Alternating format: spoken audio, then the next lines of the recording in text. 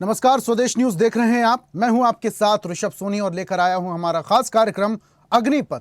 और अग्निपथ में आज हम बात करेंगे मौत का जाल बनती बसों की। बसें पब्लिक ट्रांसपोर्ट का सबसे सुगम, सुरक्षित और किफायती साधन मानी जाती हैं, लेकिन पिछले दिनों हुए भीषण सड़क हादसे ने लोगों के मन में भय भर दिया है और यात्रियों की सुरक्षा पर गंभीर सवाल उठ रहे हैं। 23 अक्टूबर को आंध्र प्रदेश के कुर्नूल में हैदराबाद से बेंगलुरु जा रही स्लीपर बस मोटरसाइकिल से टकरा गई, जिससे बस में भीषण आग लग गई और कम से कम 25 लोगों की मौत हो गई। इससे केवल 9 दिन पहले यानी कि 14 अक्टूबर को राजस्थान के जैसलमेर के पास जैसलमेर से जोधपुर जा रही बस में आग लगने से 22 यात्रियों की जान चली गई। आखिर क्यों मौत का जाल बन रही हैं ये बसें? कहां हो रही है सुरक्षा नियमों की अनदेखी? कैसे रोके ये हादसे? इसी पर आज हम चर्चा करेंगे। लेकिन फिलहाल आपको बता देते हैं कि स्लीपर बस मौत का जाल आखिर बन कैसे रही हैं। ग्राफिक्स के जरिए आपको समझाते हैं। सामान्य बसें खुली रहती हैं, जबकि स्लीपर बसें अंदर से तंग और भीड़ भाड़ वाली होती हैं। ये एक वजह है। सामान्य बसों में 2 मुख्य और कई आपातकालीन दरवाजे होते हैं, जबकि स्लीपर बसों में केवल सामने का एक मुख्य दरवाजा होता है और फिर 1 या 2 आपातकालीन दरवाजे होते हैं। सामान्य बसों में स्लाइडिंग विंडो होती है, जिन्हें आसानी से खोला जा सकता है, लेकिन लग्जरी बसों में ऐसा नहीं। खिड़कियां पूरी तरीके से सील होती हैं, फिक्स होती हैं और कांच की दीवार होती है। सामान्य बसों की खुलने योग्य खिड़कियां धुएं और गैस को बाहर निकालने में मदद करती हैं, जबकि लग्जरी बसों में बंद वातावरण धुआं और गैस को अंदर रोक देता है, जिससे दम घुट जाता है। दिन की सामान्य बसों में साधारण सीटें होती हैं, जिससे रास्ता चौड़ा होता है। लग्जरी बसों में बड़े रिक्लाइनर सीट और स्लीपर बंक के कारण रास्ते सकरे हो जाते हैं। आग लगने की स्थिति में सकरा रास्ता और पीछे का दरवाजा ना होना मौत की वजह बनता है। तो हादसे कब कब हुए ये भी आपको ग्राफिक्स के जरिए समझा रहे हैं, लेकिन ये हादसे रुकने का नाम नहीं ले रहे हैं। आखिर चूक कहां हो रही है, इस पर आज हम चर्चा करेंगे और हमारे साथ चर्चा के लिए कुछ मेहमान भी जुड़ेंगे। जल्दी से उनका परिचय भी आपसे करवा देते हैं। हमारे साथ इस चर्चा में शामिल हो रहे हैं सस्टेनाइट इनसाइट के सीईओ हैं सोमेश रस्तोगी जी। सोमेश जी, बहुत स्वागत आपका। फाइटर हैं, फायर फाइटर पंकज यादव जी। पंकज जी, बहुत स्वागत आपका। और इसी के साथ सड़क परिवहन समिति के अध्यक्ष हैं श्याम सुंदर शर्मा जी। श्याम जी, आपका भी बहुत बहुत स्वागत। और सबसे पहली चर्चा की शुरुआत में सोमेश जी आपसे ही करना चाहूंगा, कहां चूक कर जा रहे हैं हम? ये जो बसें होती हैं, जो बाहर से इतनी लग्जरी, इतनी खूबसूरत दिखाई देती हैं, लेकिन मौत का जाल इन्हीं बसों से बन रहा है। अगर पुरानी बसों की बात करूं, वो आवाज भले ही करती थी, दूर से भले ही ना अच्छी दिखती हों, लेकिन सुरक्षित होती थी। अगर कभी हादसा हो जाए, आग लग जाए, आसानी से लोग बाहर निकल जाते थे। ये जो नई बसें आ रही हैं, क्या वजह है? क्या मैन्युफैक्चरिंग में थोड़ी कमी रह जा रही है? कहां सुरक्षा मानकों में कमी रह जा रही है कि ये बड़े बड़े हादसे हो रहे हैं? ये जो बसें हैं, ये मौत की बसें बन रही हैं। धन्यवाद ऋषभ जी। सभी दर्शकों को नमस्कार स्वदेश न्यूज के। आपका सवाल काफी प्रासंगिक है। पहले बसें होती थी, साधारण होती थी, निकलने का रास्ता होता था। जो समस्या है वो बसों में नहीं है। जब बसों में जो नया मॉडिफिकेशन कराया जाता है, नॉन एसी बस को एसी बस बनाया जाता है, जिसमें वायरिंग की कोई फैसिलिटी नहीं है और इंसुलेशन उसका प्रॉपर नहीं है, खिड़कियां बंद हो जाती हैं, साथ में फायर एक्सटिंग्विशर नहीं होते, जो कंडक्टर्स हैं या ड्राइवर्स हैं उनको फायर सेफ्टी की कोई ट्रेनिंग नहीं होती। और साथ के साथ क्या होता है कि आप याद कीजिए, जो जैसलमेर का हादसा था, इसमें एसी को रेट्रोफिट किया गया था और बाद में जो मतलब सीधे अल्टरनेटर से जोड़ दिया गया था एसी को। तो कहीं ना कहीं इसमें ओवरलोड प्रोटेक्शन, ओवरहीटिंग प्रोटेक्शन की कमी होती है, फायर एक्सटिंग्विशर नहीं होते। और साथ ही साथ जो बड़ा ही पर्टिनेंट आपने बात कही है कि इसमें इमरजेंसी एग्जिट, आपातकालीन निकास की व्यवस्था, आप पिछले दो हादसे हैं उनकी बात कर रहे हैं तो वो नहीं थी। दोनों में आपातकालीन निकास नहीं था। और कुछ लोग जो यंग थे, जो उन्होंने कूद के जान बचा ली, लेकिन जो एजेड लोग थे, जो महिलाएं थी, बच्चे थे, वो उस तरह से अपना बचाव नहीं कर पाए।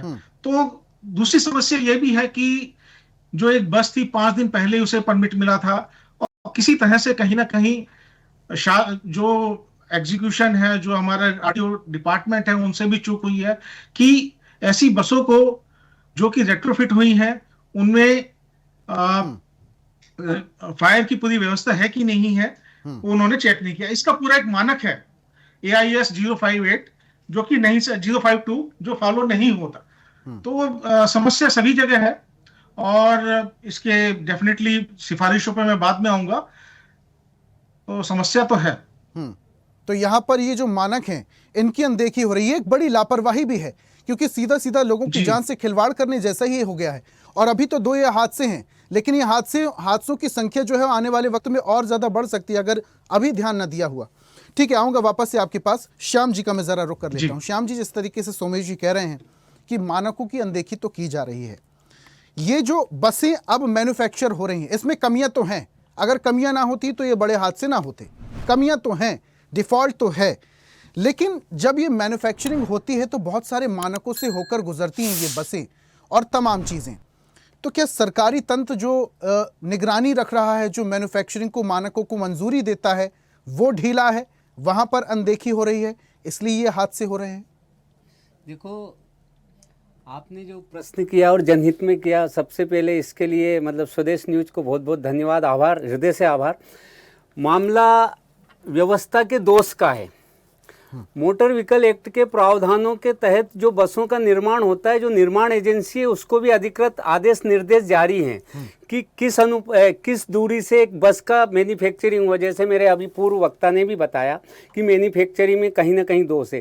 तो व्यवस्था का ये दोष है कि नियंत्रण एजेंसी जो नियमों का पालन करने के लिए अधिकृत है, वो एजेंसी के जिम्मेदार लोग कहीं ना कहीं लापरवाही कर रहे हैं, इसलिए ये हादसे हो रहे हैं। बस मालिकों का उद्देश्य पैसा कमाना मात्र रह गया है, वो सुविधा के नाम पर पैसा कमा रहे हैं। तो पैसा कमाना, सार्वजनिक परिवहन क्षेत्र में पैसा कमाना हर व्यक्ति की मानसिकता होती है। पैसा कमाना चाहिए। व्यापार जो व्यक्ति करता है पैसे के लिए करता है, लाभ कमाने के लिए करता है। लेकिन लाभ के साथ साथ जिनको हम सुविधा दे रहे हैं उनको बेहतर सुविधाओं के साथ साथ उनकी जान की रक्षा हो। लेकिन सुविधाएं दी जा रही है, सुविधाओं के नाम से पैसा लिया जा रहा है, लेकिन बेहतर सुविधाओं के साथ साथ जान की रक्षा कैसे हो, इस पर कोई विचार नहीं किया जा रहा। और इस विचार के लिए मोटर व्हीकल एक्ट में निर्धारित प्रावधान है, उन निर्धारित प्रावधानों का अगर पालन किया जाता तो ये हादसे नहीं होते। मोटर व्हीकल एक्ट के प्रावधानों में बसों में कितनी दूरी पर खिड़की होगी, जैसे अभी आपने बताया कि जितने भी हादसे हुए उनमें double gate, motor vehicle act के प्रावधानों के तहत गेट 2 अनिवार्य होना चाहिए। सार्वजनिक परिवहन क्षेत्र में बसों, एसी बसों को चलाने की कोई योजना अभी है नहीं। मोटर व्हीकल एक्ट में एसी बसों का कहीं निर्धारण नहीं है। जिस तरह से स्लीपर बसों का अभी जो चलन चला है, स्लीपर बसों से भी हादसे हुए, जो इसके पहले भी कई हादसे हुए, उसका मूल कारण है कि मोटर व्हीकल एक्ट के प्रावधानों के तहत बॉडियों का निर्माण नहीं हो रहा है। मन मर्जी से, अभी मेरे पूर्व वक्ता ने कहा, टेक्नोलॉजी के युग में हम पुरानी बस को एसी बस बना दे रहे हैं, पुरानी बस को हम स्लीपर बस बना दे रहे हैं। और जो मानक उसको वायरिंग है, ये दोनों बसों में जो कांड हुए हैं ये सिर्फ शॉर्ट सर्किट के कारण हुए हैं।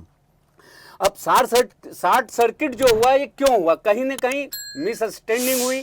जिस अनुपात में उस आधार पर इनकी वायरिंग होना थी वो नहीं हुई, और इसके लिए जिम्मेदार एजेंसी। ठीक है श्याम सुंदर जी, देखिए ये तो हादसे हैं, क्योंकि ये हादसे तो कभी बताकर नहीं आते हैं। लेकिन मेरा सवाल यह है, मैन्युफैक्चरिंग जिस तरीके से हो रही है उसकी देखरेख कौन करेगा? जाहिर सी बात है, मैं अगर लग्जरी बसों की बात करूं तो उसकी खिड़कियां पूरी तरीके से सील पैक होती हैं। जो 2 दरवाजों की बात होती है, एक दरवाजा आगे होगा, एक दरवाजा पीछे होगा। पीछे के दरवाजे को बंद करके एक सीट लगा दी गई ताकि एक एक्स्ट्रा पैसेंजर बैठ सके और एक्स्ट्रा मुनाफा हो सके। स्लीपर बसों को एसी कर दिया गया और उनके रास्ते सकरे कर दिए गए। अब ऐसे में अगर हादसा होगा तो लोग भाग कर जाएंगे कहाँ? सील बंद खिड़कियां हैं, दरवाजा एक्स्ट्रा है नहीं। तो ये जो मैन्युफैक्चरिंग हो रही है, जाहिर सी बात है, देखने में समझ में आ ही रहा है कि सरकार जो रास्ते वो सकरे हैं, खिड़कियां पैक हैं, तो हादसा होगा, लोग कैसे भागेंगे, कैसे जाएंगे?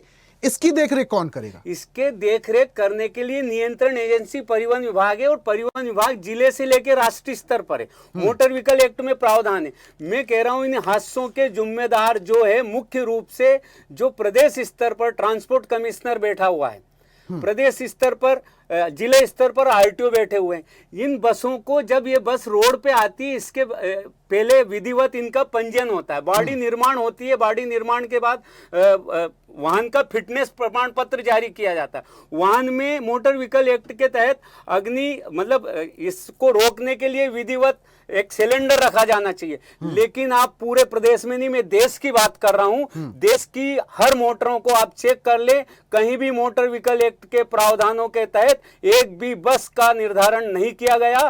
और इसके लिए अगर कोई जिम्मेदार है तो इस परिवहन विभाग के जिम्मेदार लोग जो हैं, जिनको इस नियंत्रण एजेंसी को बनाकर उनको अधिकृत रूप से वेतन दिया जाता है, उनको अधिकार दिए जाते हैं, वो अपने अधिकारों का निष्ठा से पालन नहीं कर रहे हैं। ऐसे हादसे, उनका काम ही है ये सब चेक करना, और वो अपना काम ही बखूबी नहीं कर रहे हैं। ये जो तंत्र बन गया है श्याम सुंदर जी, ये जो तंत्र जिस तरीके से भ्रष्टाचार की जड़ों में फंस चुका है, इसको छुड़ाना बहुत मुश्किल हो जाएगा। भोपाल की अगर मैं बसों की हादसों की बात करूं, कुछ समय पहले आपने देखा होगा ब्रेक फेल हो गया था, बस कई सारे लोगों को कुचलती हुई निकल गई।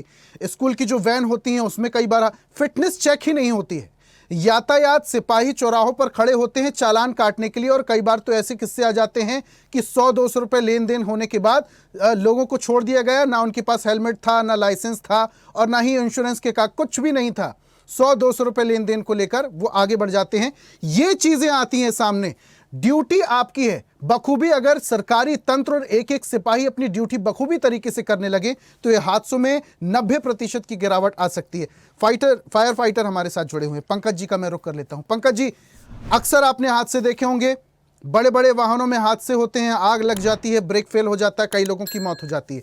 जब आप घटनास्थल पर पहुंचते हैं, सबसे पहला जो हादसे का कारण है वो क्या समझ में आता है आपको? पंकज जी, आपका माइक म्यूट है, प्लीज उसे अनम्यूट कीजिए।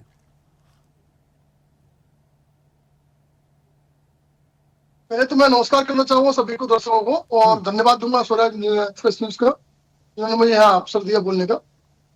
जैसा कि सर आपने बताया कि जब कोई आगजनी होती है और घटनास्थल पर हमारी फायर फाइटिंग टीम पहुंचती है, तो सबसे पहले हम लोग देखते हैं कि अधिकतर जो घटना है वो शॉर्ट सर्किट कारण होती है। लूज वायरिंग जो होती है, अनट्रेन्ड व्यक्तियों से काम कराना वाहनों में, और फिटनेस की ओर ध्यान नहीं देना मोटर मालिकों का, और जो ड्राइवर या कंडक्टर जो भी है वो इस प्रकार से जागरूक भी नहीं होते, ट्रेन भी नहीं होते कि कोई हादसा हो तो उस पर हम किस प्रकार से काबू पा सके। सबसे पहले वो अपनी जान में जाकर भाग जाते हैं, यात्रियों का या बच्चों का वो उतना ध्यान नहीं रख पाते, इस कारण और भी से बढ़ जाते हैं। तो मेरा आपके चैनल के माध्यम से ये निवेदन है मेरा कि जब भी जो भी मोटर वाहन के जो मालिक हैं, बसों के मालिक हैं, पहले तो जो अपना स्टाफ उसको ट्रेंड कराए, फायर के बारे में, फायर के उपकरणों के बारे में समझाए उनको, और ताकि वो कभी भी कोई दुर्घटना घटे तो उसमें फर्स्ट एड तो कर सके, ताकि कोई आग ना बढ़े उस टाइम। अच्छा ठीक है पंकज जी, जैसे कभी ऐसा हादसा हुआ, जो वहां पर स्टाफ होता है कई बार वही घायल हो जाते हैं, वही लोगों को बचाने की स्थिति में नहीं होते हैं, उन्हें लोग बचाते हैं, उन्हें पैसेंजर बचाते हैं।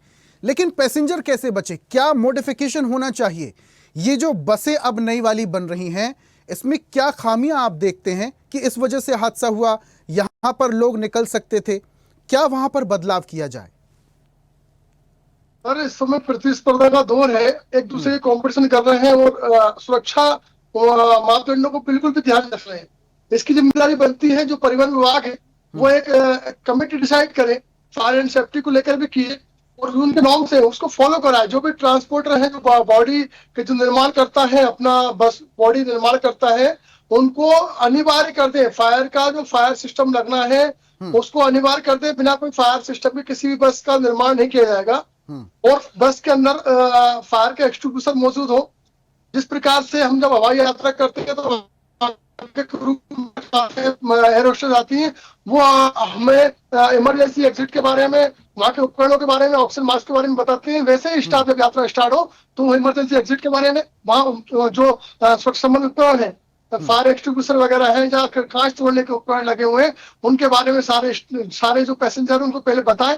और इमरजेंसी जो जैसे मान लो कोई आग लगती, कई बार आपने देखा होगा ड्राइवर या कंडक्टर लगे हुए अपने सो रहे हैं, सारे यात्री सो रहे, आते समय आग लग गई है तो किसी को नहीं होता। तो हर वाहन के अंदर, अपनी बसों के अंदर या जो भी वाहन है उनके अंदर अच्छी क्वालिटी के स्मोक डिटेक्टर और फायर अलार्म लगाया है, ताकि जगह जगह किसी भी शॉर्ट सर्किट छोटी या बड़ी हो तो तत्काल बड़ी माकूल बात कही आपने उसकी मिल पंकज जी। सकती है। क्वालिटी को लेकर सबसे पहले यहाँ पर चेक होना चाहिए, क्योंकि क्वालिटी जितनी खराब होगी हादसों की जो आशंका है, हादसों के जो आसार हैं उतने ही ज्यादा होंगे। आता हूं वापस से आपके पास, सोमेश जी का मैं रुख कर लेता हूं। सोमेश जी, जैसे अगर कोई पैसेंजर जाता है बस स्टैंड, 2 बसें खड़ी हुई हैं लग्जरी, लेकिन एक बस में पैसेंजर देखता है कि इसमें तो वॉशरूम भी है, इसमें टॉयलेट भी है, तो वो उसमें चढ़ जाएगा क्योंकि उसे पता है इसमें ज्यादा सुविधा है। लेकिन उस वॉशरूम को मेंटेन करने के लिए कहीं और कटौती की गई, क्योंकि बजट तो सेम था। अब तार की क्वालिटी खराब कर दी गई है, बसों में सीट की क्वालिटी खराब कर दी गई है, एसी की क्वालिटी खराब, हर चीज में कटौती करने के बाद क्वालिटी खराब कर दी गई है। इस क्वालिटी खराब करने की वजह से, क्वालिटी डाउन करने की वजह से हादसे लगातार बढ़ रहे हैं। आग लग जाती है, कई बार सीट फट जाती है, लोगों को नुकसान हो जाता है, उनके सामान को नुकसान हो जाता है। इसकी जिम्मेदारी किसकी है? क्या बस संचालक की जिम्मेदारी है क्योंकि वो अपना मुनाफा निकालने की कोशिश कर रहा है, या परिवहन विभाग की जिम्मेदारी कि वो आए, वो चेक करें क्वालिटी की, किस क्वालिटी का सामान या किस क्वालिटी की सर्विस पैसेंजर को दी जा रही है? बिल्कुल सही कहा आपने। जिम्मेदारी तो प्रशासन की भी है और साथ साथ परिवहन डिपार्टमेंट की भी है और बस संचालक की भी है।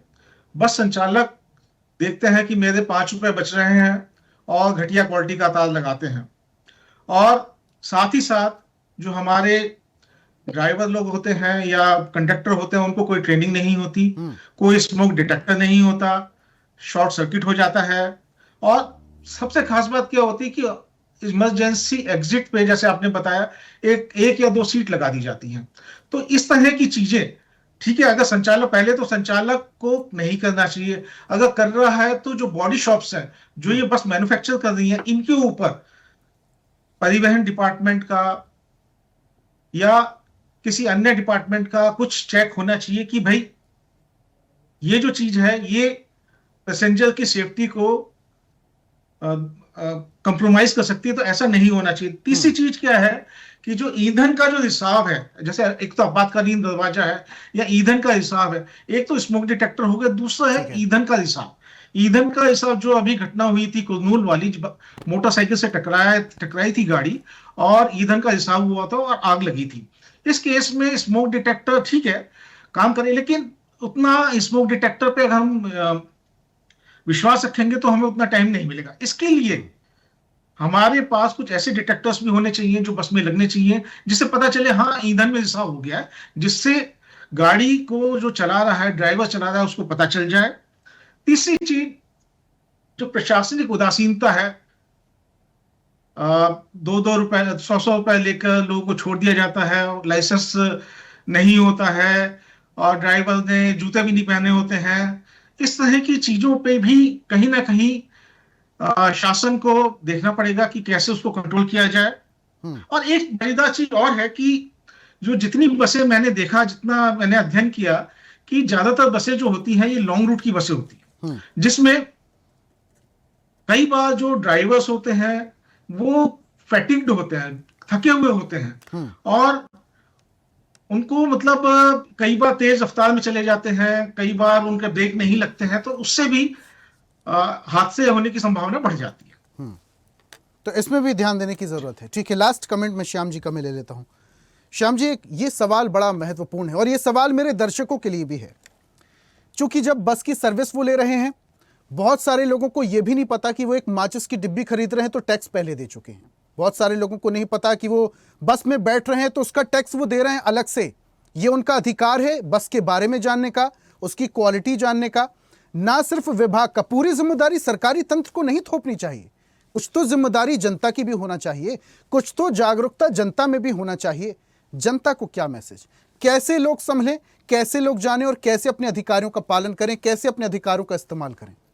देखो, आम जनता को सुविधा चाहिए और वो चड़क भड़क देखकर गाड़ियों में बैठ जाता है। अभी मेरे पूर्व वक्ता ने और आपने भी बताया कि हादसे कैसे रोकें और हादसों का कारण क्या रहा।